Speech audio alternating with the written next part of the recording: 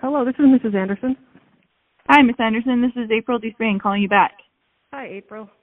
Hi. So I've got my husband with me, Okay. and I've got an attorney also listening on this phone call. So. Okay. Okay. Let me also conference in our HR director from the district office. Okay. Just a second to figure out how to do that.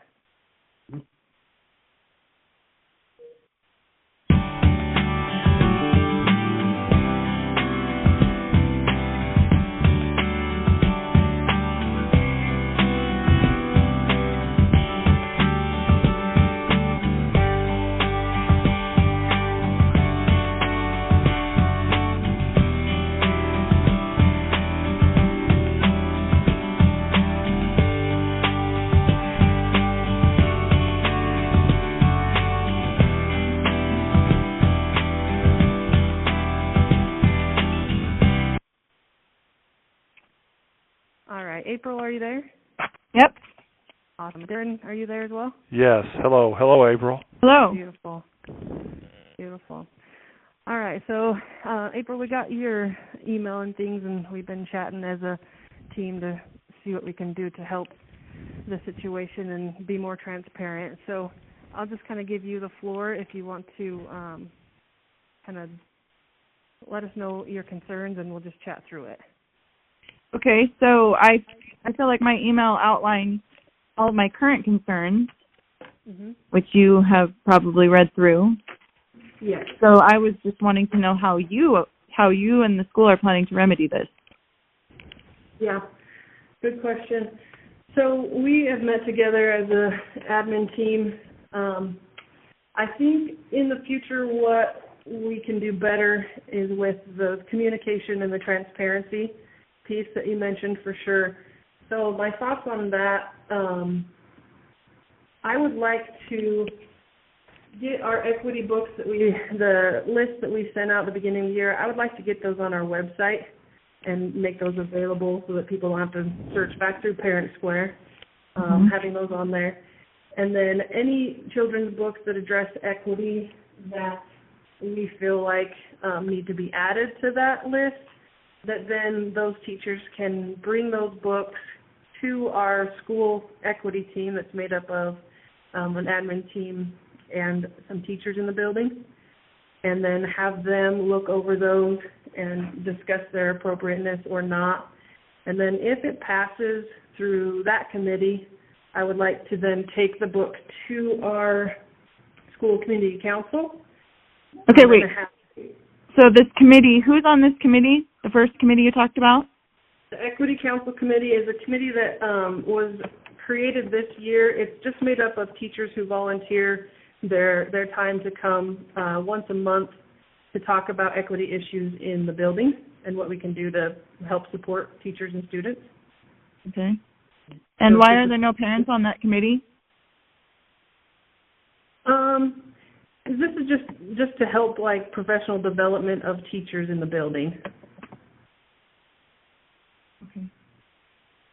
Help teachers have conversations and learn how to have conversations appropriately around the topics that are in our book bundles. And does Utah state or regulations require parents on this committee, or is this a brand new made-up committee? So this isn't a required committee. This is just a group of people that we put together in order to just help our community become better at this topic. Okay. So I do have a concern about that because as I talked about in the email, some decision was made about a student in the third grade that needed transgender issues. I want to know how parents are involved in that decision, and I think parents might need to be on this committee if these kind of decisions are being made about their children. That's a big deal to me. Yeah, so let me finish with the plan, because where the parents come into it is after the book passes the equity committee made up of teachers, it would then go to our school community council, which is our parent committee. Okay. And if I'm right, Whitney, sorry, April, this is Darren Dean. If I'm right, that school community council meeting, that's open to all parents, correct? Yes, it is. Yeah, so not just who's on the community council, but other parents as well. Okay. Yeah. And so then kind of continuing with that, after the school community council, the parent council of that, if they approve the book, then that would be sent to the parents and be able to, for the parents to know, all parents, regardless of if they came to school community council meeting or not, that they would then be aware of those books being added to that list before they were read or discussed in classrooms. Okay. How would that be sent to parents? So I think a couple different ways, and that's kind of what we're trying to work through as far as that communication piece. For example, with this book that was read that was specific for a classroom, it would just be communicated to that classroom through the teacher's parent square. If it's a book that's going to be added to a grade level, then that would go out to that grade level through my parent square account and a message I can send to the entire grade level. And I assume it would also be added to the website for all Correct. parents to be able to see. Correct. Yep. Okay. Is there a time frame of notice before it gets out? I mean, we haven't added that. I mean, this is just a plan that we're trying to work through as far as, you know, our current issues and things that we just want to try and tighten up. So I think a time frame would be a good thing to add to it for sure. Okay. So it's not day of or something? Yeah, no, for sure. Yeah. For sure. Yeah. What would you as parents suggest as a reasonable advance notice? Like 72 hours, something like that? I don't know. I mean, I know people have lots and lots of electronic communication and lead busy lives. Right. So Darren, my name's Aaron Wild. I'm an attorney, and I'm just been kind of helping out just a little bit, kind of listening to concerns. Sure. The main concern here is just the nature of what's being discussed. That is potentially protected under Utah statute. And so with anything talking about sexual behaviors, orientations, or attitudes, do you not have a higher standard to get those types of materials to be presented through the class? And so that's question number one. And question number two, were those processes followed when this book was read to the class last week? Because a lot of these parents have not heard any of this for the first time until their kids come home. And so that's a major concern that we want to ask about and get some answers on that.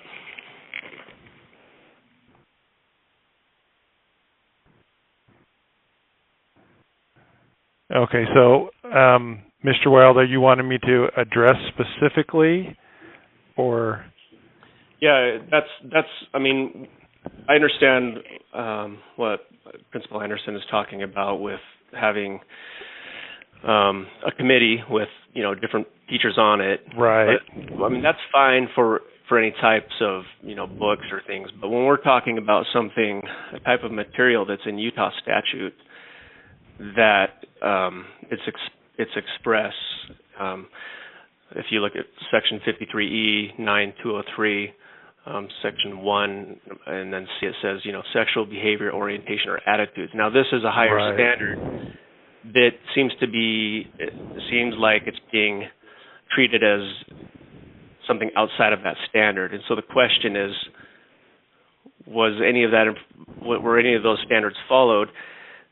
Like, that's the first question, and then number two is, how did it get to the point where Max was read in class without, informing teachers or getting prior written consent? Because that's part of the discussion. And I don't know that I can speak to number two. I don't know that with looking at the law. I mean, when we're talking the sexual orientation or sexual things, that someone's identity is necessarily sexual orientation.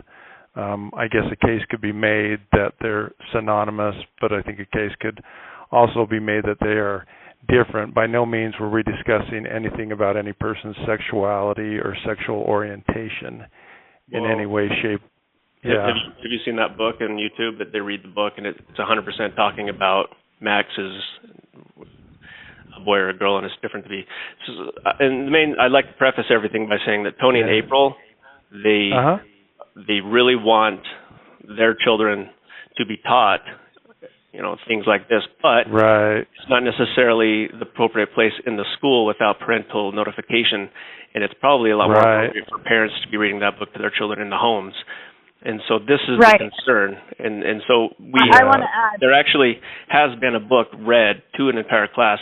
And Darren, I would encourage you to look at that YouTube video that was included on that email list that April received, because that actually reads the book page by page, and it talks 100% about sexuality and transgender. Define what transgender is, which that is an identity, and those are very sensitive topics for children. That's exactly right. That's exactly right. They're very sensitive topics, and not only that, but they're listed as, under the Utah statute, sexual behavior, orientation, or attitudes. It's a very, very sensitive topic, which is why it has the higher standard to be approved by parental disclosure. Okay, so that's in the statute, and that's what we're wondering is when you're taking liberties and teaching kids in a public school system, are you getting the parents involved to sign waivers or to sign approvals, or is it a reactive situation where the parents are being notified by their children later on? Because it's a big difference. And so that's what April's concern was. If we could boil it down, I think that's the main concern. So that's what we're wanting to hear back from you on. Okay. April, you had something to say? Yeah, I'm concerned that it was intentional, that parents were not told about this. And I don't believe anything was intentional, but I can let Mrs. Anderson, Principal Anderson, speak to that. I mean, obviously. Go ahead. I realize that will not be admitted in this situation, but I want all of you to be aware that I have heard from a teacher in the school that this issue was discussed in a meeting, and it was brought up that this might be a concern for parents. And from what I was told, administration said, oh, we're just going to do it anyway. We're not going to inform parents. So this was brought up as a concern. And I also was told that this issue coming up by parents will be shut down unless a lot of parents get involved. For that reason, I am very upset, and I am going to push this. I am not okay with secretive type behavior when it comes to my children. And I know a lot of parents are not okay with that. So, I think you should be aware that this is hearsay, but I trust the source. Uh-huh. So you said the one thing was brought up in a meeting and then was shut down? Right. Yeah, and brought up that this would be a parental concern. Yeah, and I'll speak to that, Darren. That was in one of our first professional developments when we were rolling out these book bundles. That was a question from multiple teachers. And I'm the one that responded to that, and I said, this isn't something we need to hide. This isn't something that we're going to shy away from, and it's not something that we're going to, it's not something we're going to hide. But you did hide. You did hide it, though. I did not see that book anywhere. On the website, it was not informed to any parent that it would be read. So if you're not going to shy away from it, then why are you not proactively seeking parent approval? That, to me, is secretive, and that violates my trust as a parent in this school system. Lots of parents. Yeah, and I hope we can work to repair that, because that was not our intention. What was your intent then, if you knew that it would be an issue? What was your intention? Why did you not get parent approval? I'm not saying that I knew it would be an issue. What I'm saying is, in this specific case, which is not in Eli's classroom but was a different classroom, there is a student who is I don't want to speak too openly about other students' needs, but there wasn't a need in that classroom to discuss the topic of transgender. So that is why the book was read in that one classroom. How did you determine that? Sorry, what? Were those parents informed about that decision regarding the student? Not informed about this specific book, no. Were those parents informed that this decision was made based on their child? The parents in the class or the parent of the student? The parent of the student. Yes. So, parents of the other children also need to be informed. Yes, and I agree. yeah, and you know, as we're looking at this, and obviously you're not the only one that's brought this to our attention. You may be aware that, and Superintendent Covington's aware of this also, and you know, we're realizing that, hey, there's some things we can correct, because as you talked about, as Mr. Wild talked about, and as you talked about, April, it's very sensitive, and you're right, it's very sensitive information. These are students, they're young students, they're very impressionable. Parents need to be involved, and so we want to be able to correct and move forward in a positive manner and restore the trust in our community. Right. So Appreciate that also. yeah, and that's coming from the superintendent also. I mean, I know she's been talking to our school board and other parents, and I know she's been talking with the principals at Horizon Elementary, and so we're not taking this lightly. And I don't want you to think by any stretch of the imagination that we are, or that we intend to cover things up. We want to find a way to do better for our families that we serve. Right, and I appreciate that. Yeah, I would just say that, you know, the way to do better is already outlined under Utah statute. So the question is, is this a training situation where the teachers are not trained to follow what Utah statute's already been laid out for? That's the issue. There's not too much, in my opinion, that really needs to be developed. It's laid out in statute, and so you've got procedures that the Utah legislature has already written out. And if you guys wanted to challenge that, you could, take it to the courts and see what an appellate court says. But to me, I wonder if this is a training issue where, Principal Anderson doesn't know that, if this is a sensitive subject, whether or not she agrees with it, or, what other principals might have with their own motivations, that's fine, but they've got to follow what the statutes are in place. So is there training going on so that these principals, administrators, and the teachers understand procedures for these sensitive subjects? As far as I don't know that we've done any specific trainings that I can speak to. I mean, all of our principals go through different training, or their trainings as they go through their collegiate programs to be trained as an administrator, and some have done additional trainings beyond. Obviously, this will be something the district will be looking at and seeing what do we need to do to make sure that we're compliant with state statute and handling topics of equity in an appropriate manner. Yeah, in the banking industry, there's lots of regulation. I work in the banking industry, and we have to do regulation compliance training all the time to make sure for the laws. And we have to report that to the OCC that we have taken those trainings, or we get fined. Right, and if a brand new program is coming out, it needs to be in line with these laws, and trainings need to be taking place for everyone involved. And if they plan to discuss sexuality, sexual preferences, identity, gender changing, transgender, they need to train everyone involved. Everyone. Yeah. The teachers, the administrators, just to keep them safe and to make sure that situations like this don't come up. And I know you know this, but I want to put this from another angle. If a child were being discriminated based on being a member of the LDS Church, which we know is a big church in this area, if a child were being discriminated based on that, would you be allowed to sit in the class and read a book about what it means to be a Mormon? What do they believe? What did they do to become a Mormon? Would a teacher be allowed to read that book to the whole class and then discuss it and say, this is how you become a Mormon? No, you would not. There would be a blow-up.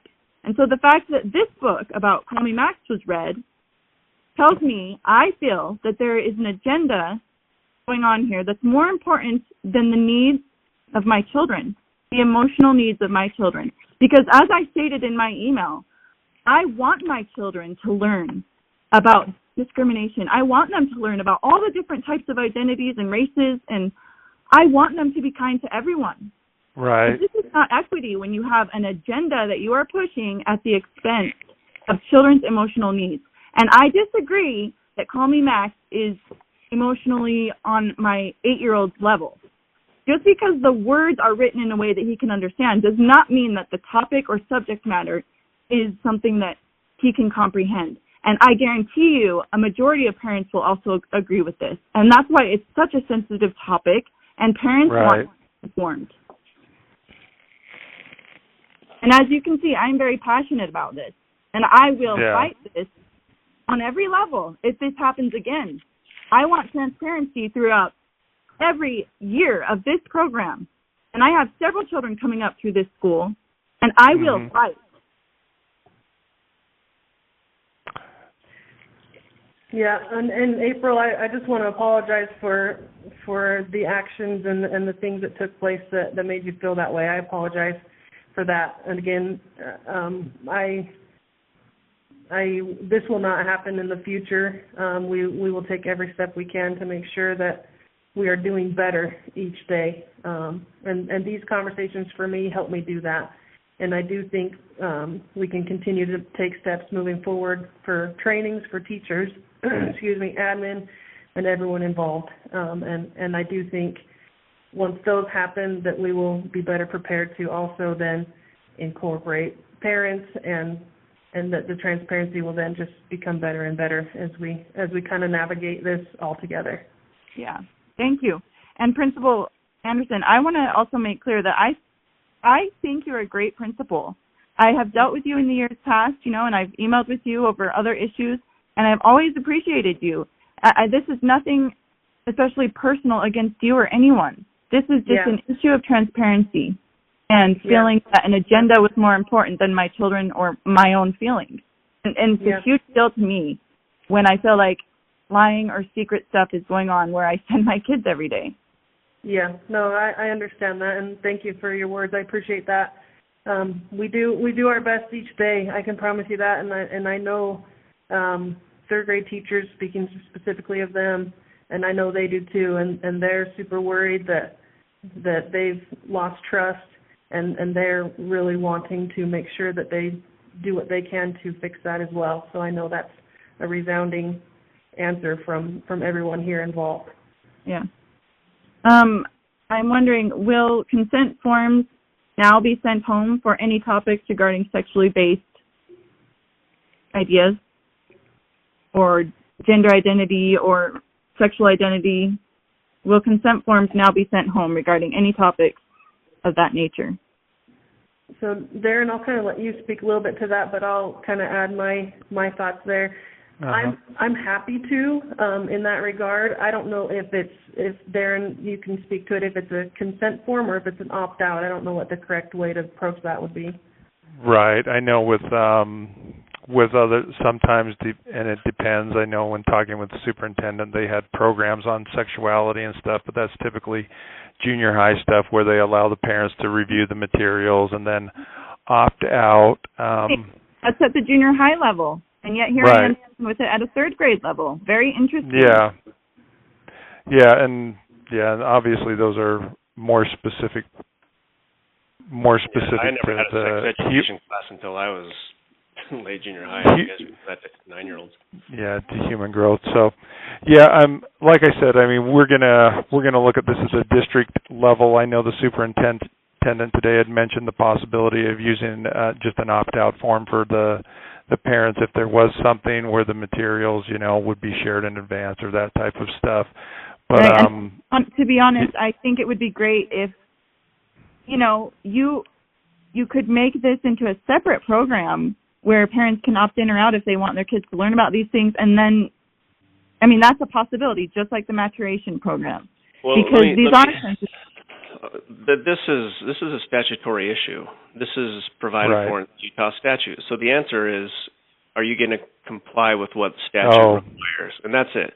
So the statute requires prior written consent of the student's parent, in which the purpose or evident intended effect, so, and it's got a list of these things that you need that. So you've got political affiliations, mental or psychological problems, sexual behavior, orientation or attitudes.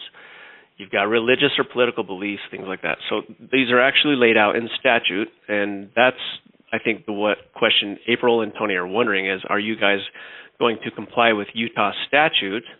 And that's all that. Yeah, we will need to comply with Utah statute. I mean, that's the bottom line. Do you have an attorney that is kind of in-house counsel for the district, Darren, that might have a good idea? Sometimes this is a little bit different languages. I don't want to. Yeah, no, I would have to. Yeah, I mean, I'd have to run it by our legal counsel and have them look at things to say all the specific things. But I mean, our plan is to be transparent. That's all I can. I mean, at this point, I can say we're going to be transparent. We don't want to do things that are going to disenfranchise our families, and we don't want to do things that aren't going to follow state law. Right. And so that's where we're gonna go. And if it requires us to have the prior written consent, we'll have a prior written consent if that's what we aim to do. But we're also going to look at, like when Mrs. Principal Anderson was talking about having like a stricter review of looking at these things. Is it appropriate? Do our parents think it's appropriate? We're going to implement those things also. Okay. So hopefully we don't end up at this place again. Right. And I wanted to ask, is this a district adopted or school adopted program? Second step. Is this what it's called throughout the entire district, or? So it's paired with Second Step. So our equity book bundles, it's not a district-wide program. Many of the elementaries have adopted the same books in that list. But the Second Steps is a district approved curriculum that we have paired the equity books with. So it's district approved, but it's a school adopted program. So they're two different things. So the Second Step is yeah. In equity books, whose quote unquote brainchild is equity books? Whose idea is that?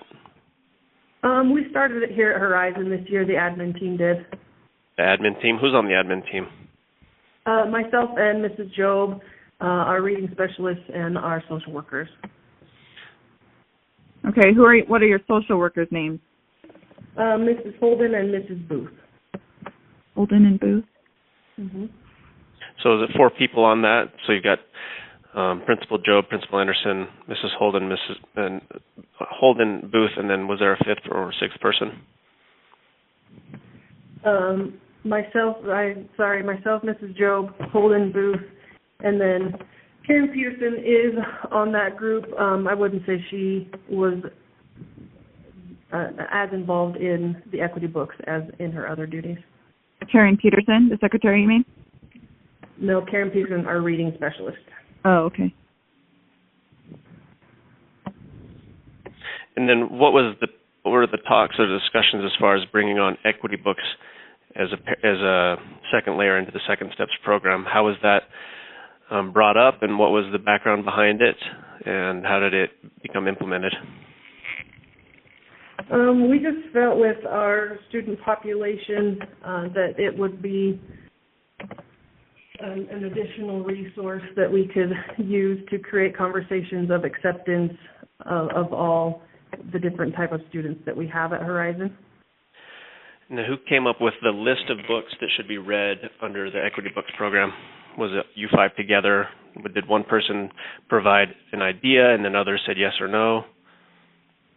The book bundle list was compiled specifically by myself and Mrs. Job. Was it you 2 exclusively?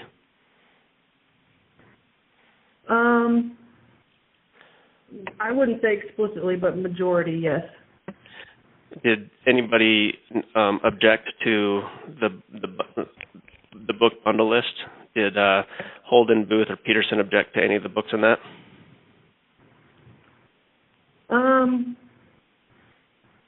I would say no. I don't know if. Sorry. Did they question any of these books?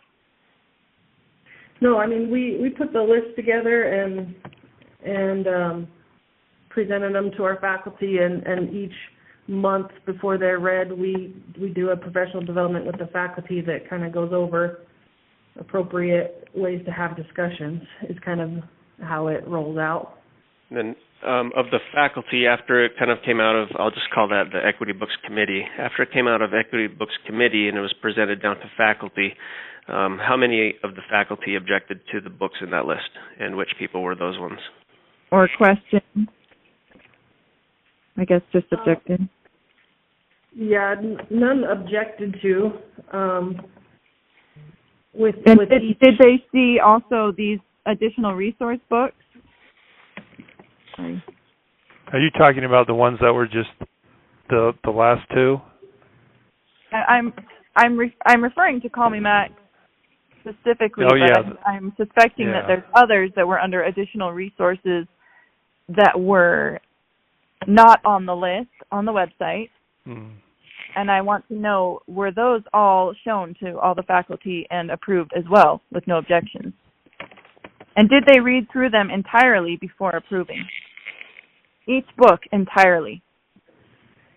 Yeah, so the book bundle was not a list that was presented as far as needing approval or rejection. So that's why I'm having kind of a hard time answering the question as it was asked. So once teachers got their hands on books like Julian is a Mermaid and then Call Me Max, which teachers reached out to you and said, "Hey, let's maybe think twice before reading these to the class"? Which teachers or staff members said that to you? None specifically with those titles.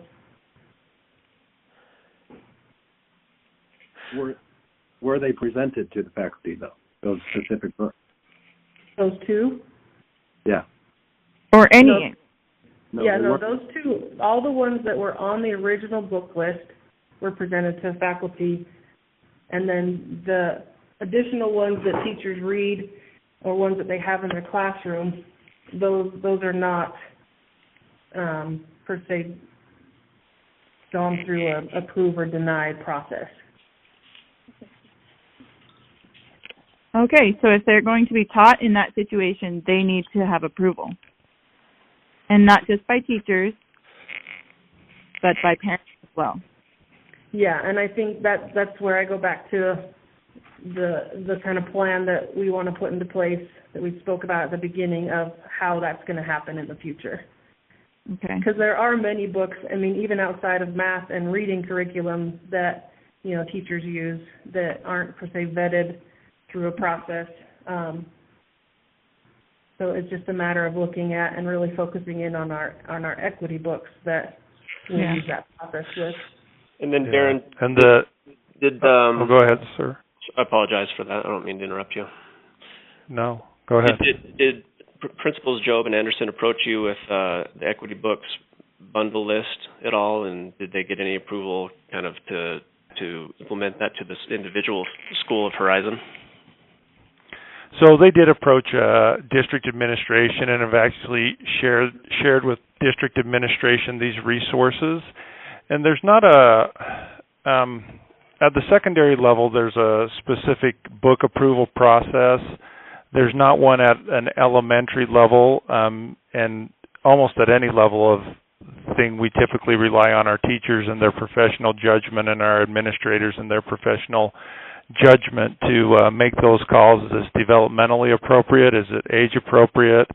Does it not fall, is it not covering topics that are going to be sensitive, inflammatory, those type of things? And obviously, we know that we missed a mark here. And so, but typically that's, if I was teaching third grade, which I used to teach, I would vet my own books. Every teacher's responsible for looking at those books, but the Horizon's been very forthright with saying these are the books we're using, and so forth, and then our expectation would be that our teachers would review those beforehand and look at those beforehand and make sure that they are appropriate to the age and the students and to the topic. So did you say secondary? They have to be vetted or approved? Our secondary has a book approval committee, and that typically is for, because they have a lot of, there's a lot, I don't know if I should say a lot more literature because there's a lot read at the younger levels, but novels that have to be approved for class reading in the secondary schools. They have whatever novels, the teachers have to submit their novels and have those approved. And I don't know a whole lot more about that because I'm not involved with the secondary, but I know there is a book approval process for the secondary level school that they use for their English classes and so forth. Is that because some books might be sensitive? I would say because of if there's, I'm guessing I could only hazard a guess to make sure that the material is appropriate. It fits with what they're teaching. Some of it's so that other teachers aren't repeating the same things. I know that's a common thing, that the 8th grade teacher's not repeating what the 7th grade teacher is or the 9th grade teacher. But whenever a new novel is, they have a list of approved books they can select from, novels that they use. Have you personally read Call Me Max, Darren? I did go through the Call Me Max. Okay. Yes, yesterday. Yes, I watched the video link. Yes. Okay, you read it yesterday after all this went out. Never seen it before. I had not read it before. At least I don't recall seeing that one. I had seen the Julian book before, but not Call Me Max. Hold on, April. I'm actually intrigued. I like to hear that you're a former 3rd grade teacher, so I think that's really neat. Just curious on when you went through the video and watched it, is that something that you would have shared with your 3rd grade class as a teacher?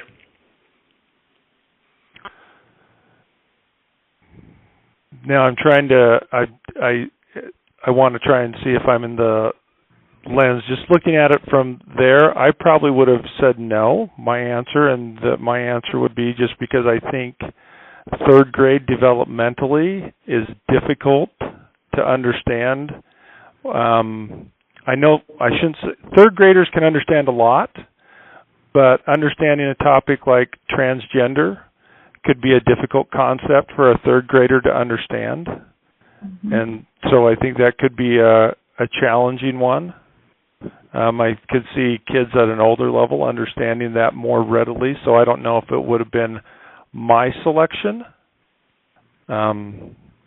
So that would be just my perspective on that as I looked at it. Sure. Thank you. Yeah. And I'll also chime in with that question too. Is I think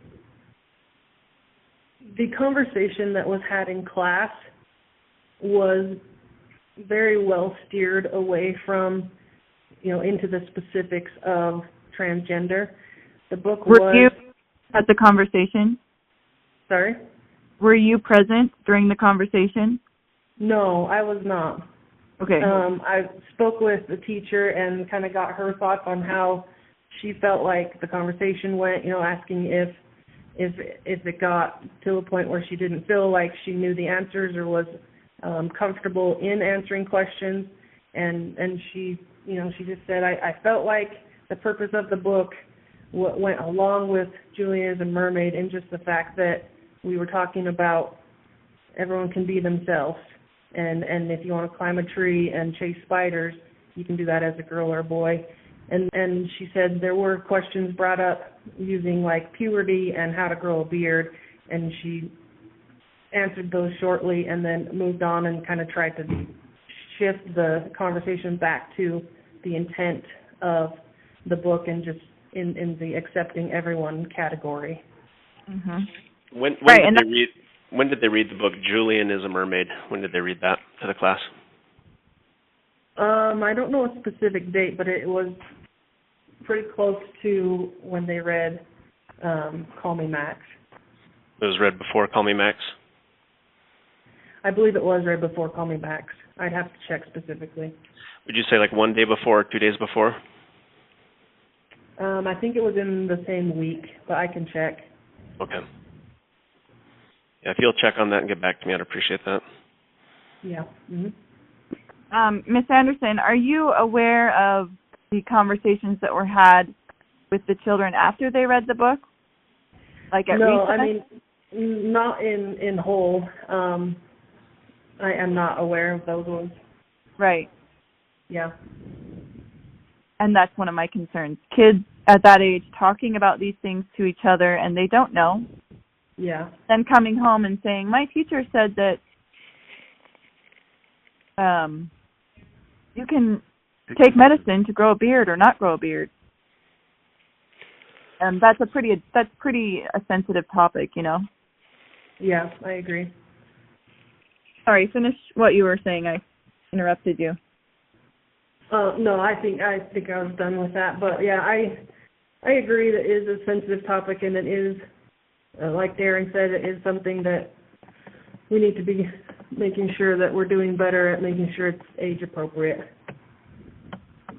Okay, and I'm assuming from now on, Call Me Mac will be in this consent or opt-out type of area where parents will definitely be informed.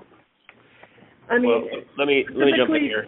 I don't mean to interrupt you. I apologize. I think this is more the next step is the next good pivot, and the next step I think is laid out statutorily. And so I think the best answer for that, and I'm not going to tell Principal Anderson what to say, but maybe Darren can kind of chime in here. I'm hoping that what we can get is I would like to see training materials passed out to parents, even citing the statute, saying, we've had concerns about these types of discussions in classes, these types of books being read. Utah statute requires X, Y, and Z. Therefore, moving forward, if we're going to talk about these types of subjects in class, we're going to follow the statute, and parents will be given the opportunity to review and provide formal written consent. And so I don't want there to kind of be a battle back and forth as far as saying, well, what are you going to do next, or what's going to happen the next time? My hope, as kind of looking at this from, the reason why April wants me to be in on this conversation, is to provide a clean break and good steps moving forward, because, April and Tony, they love Principal Anderson. So this is not, this is just how are we going to make this right and move forward so that it doesn't have to get worse later on. So Darren, I guess that's the question is, what's the most objective way that we can get assurances that things are going to be trained properly and the parents are going to have the best way to have opportunities to know what's happening and to provide yes or no's to it? What kind of timeline, and then what method of delivery will it come, and what can you say to that? Boy, I don't know that I can give a concise answer right now. I need to, have a discussion with the superintendent and other information, and kind of go over this discussion and kind of give her a recap of where we are, and then looking at the statute and what we need to do and what our response is going to be. So I wish I could say right now this is what we're going to do, but I want to make sure I can give you the right information. I don't want to give you information that's not going to be correct. I hope that makes sense. Yeah, it does. I respect I'm not trying to delay you. I just want to have everything. Sorry to interrupt. Yeah. If you're okay with this, I would like there to be a good understanding between Principal Jobe, Principal Anderson, the Despains, that any future books that are, within. Because we're looking at this equity book subcommittee that's its own thing, and so we would like for you, kind of at the district level, to say, yeah, that program is essentially put on hold, suspended, until further notice where we get these things out. Otherwise, my concern is it's kind of a subjective measuring tool, and things can kind of keep going through the cracks. Do you understand the concerns there? So I'm okay with not being able to provide a concise answer as far as moving forward, but between now and then, what's going to be the best way to protect everybody? And I definitely think we can put things on hold until we have these things in place, because the last thing I want to do is to create more divide and mistrust in our school and in our teachers. So that is not, that's something we can do for sure. I'm not objecting to putting things on hold until we can have things in place to make sure we are in line with what we need to be. So, Darren, are you okay with Yeah. me writing down that Principal Anderson has agreed to suspend the Equity Books program until there's an objective training in place that will be passed out to parents? Is that okay for me to write down? Is that something that you feel comfortable with?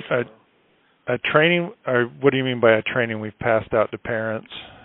Or do you mean maybe more I'm, of a more of like an informational packet explaining what types of options parents will have moving forward if we get the Equity Books program running again, that there's going to be books out there that parents might be uncomfortable with, therefore. So once that's restarted up, that's suspended based on what, Principal Anderson has agreed to. Right, and in that packet, I would like every book in every grade, including additional resources, no hidden books, every topic that those books cover. April had a concern that one parent received the book Call Me Max in an email, and another parent did not. And so they feel like there's some parents are being fully disclosed based on how they might react, where other parents are being told all the books based on maybe they're a little bit more acceptable to the idea. The reason that email was different is because it was classroom specific with the additional They were in the exact same classroom. It was okay. to two separate parents of students who were in the exact same classroom. So no, it was not because it was classroom specific. It was because it was being hidden from one parent because they felt that parent was upset, and it was being revealed to the other parent because they felt that parent was acceptable to it. It's called deception, and that's why my trust is broken. And that's what went on. I was with Mrs. Paul when we were sending those messages, and we were trying to send them to the appropriate It wasn't from Miss Paul. It was from Dr. Job. Okay. Yeah, we can look at that, and that was a mistake on our part. We were trying to make sure we were sending the correct book list to the right parents. That deception was not our intent with that. It doesn't matter either. Anyway, all the kids at recess will talk to each other, so it needs to be all parents. Right. All grades. Right. Good point. That's a good point. Yeah. That packet needs to be very comprehensive. So we're okay to, like Mrs. Anderson said, put the things on hold, and then we'll restart when we can have a much better informational packet, for lack of a better word, or process outline for our parents, and specifically what it's going to be. I mean, I know there was some communication earlier in the year about the equity books, but in light of this, we will do some revamping. That sounds great. And I wanted to make sure that we will be updated. I don't know, a phone call or a meeting, that we will be updated.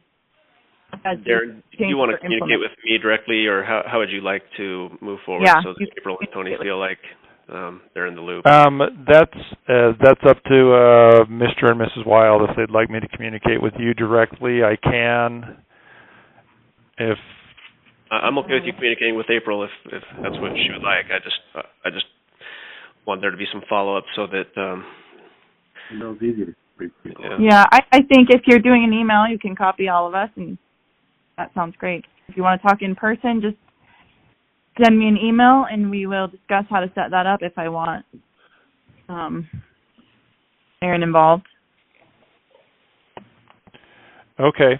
Well, we'll just plan on following up with you, April, initially, and you can share the information. And if we feel we need to get together for a bigger group call, we can get together for a bigger group call. Does that work? Yes, that sounds great. I mean, I'm always available over here at the district office, and I know Mrs. Anderson's always available, so. Okay. Yeah, you can call anytime, email anytime. Okay. Aaron, was there anything you wanted to add? I don't think so. I appreciate Principal Anderson and Darren for being available for us to talk about this, and for talking about it calmly with us, and being forthright with everything that's that's helpful. And I guess I would just reiterate, this is just about kind of it's just a hotbed topic with politics and everything, but there's going to always be the divide of, is it more appropriate to teach your children about this in the home versus in the school? And so it's not anything personal, and they speak highly of Principal Anderson. So I hope that everybody can move forward feeling good and kind of build that trust again that we've talked about. Right. And I also want to reiterate that I'm thankful for Principal Anderson, and I don't know Vice Principal Job, but I've heard good things about her. And I have loved the teachers so far that my kids have had. And I have a lot of good feelings about Horizon. So this situation was very surprising, and I am very passionate about it, and I will continue to be. But I have no hard feelings against any of the educators in this situation. I just want this resolved for sure. Yeah, those proper processes. Yep. Yeah, and I would echo those same things, and I thank you guys for reaching out and chatting with us and helping us to improve. We aim to do that every day, so thank you. Yeah, likewise. Calendar being sent out, so far things are looking better already. Ms. Paul sent a calendar today, and we appreciate that. And thank you also for being willing to talk to us about this. Yes. Always. Absolutely. Anytime. Okay, well, we'll be in touch here, I guess, in the near future. Yep, that sounds great. Thank you, everybody. Thanks, guys. Thanks, everyone. Thank you. Thanks. All right, bye. Bye-bye. Bye.